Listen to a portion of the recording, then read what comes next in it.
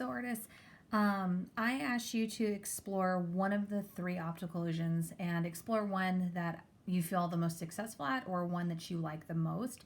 And what I decided was exploding corner. Exploding corner is really fun for me. I think it really shows this illusion of depth because these things look so small, they look very far away. And then these squares up in the front are so large that it makes it look like they're actually close to us. I just think it conveys this illusion of depth the best. Now, a fun extension for each one of these optical illusions, no matter which one you chose, is this notion of adding shapes. So with that, I grabbed a separate sheet of paper and I went on a scavenger hunt. So I grabbed my husband's glass cleaner, and I've got a circle here and the circle here.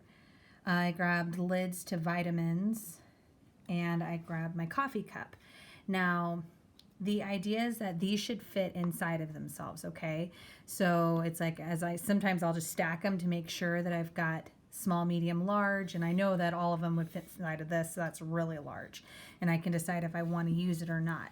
But you want to have at least 3 shapes. I went on scavenger hunt to find my shapes, but if you're really good at drawing shapes, like squares, rectangles, stars, hearts, whatever you want, you could do that as long as you know that you have to be able to show from small to large. So I'm going to use 5, you could use 3. All I want you to do is trace them. So lay them out on your piece of paper, trace them as carefully as you can, get as close to the object as you can, okay?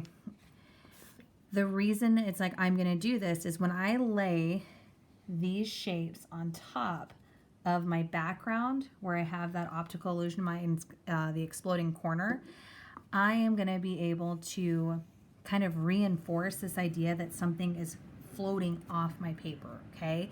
So it just solidifies this idea of dimension or depth.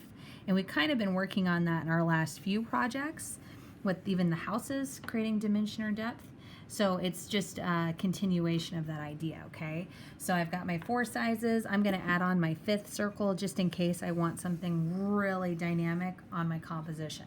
Okay, so there's no real need to outline them in Sharpie or anything like that, but what you want to do is color them. So since I have 5 shapes, I'm going to use 5 colors.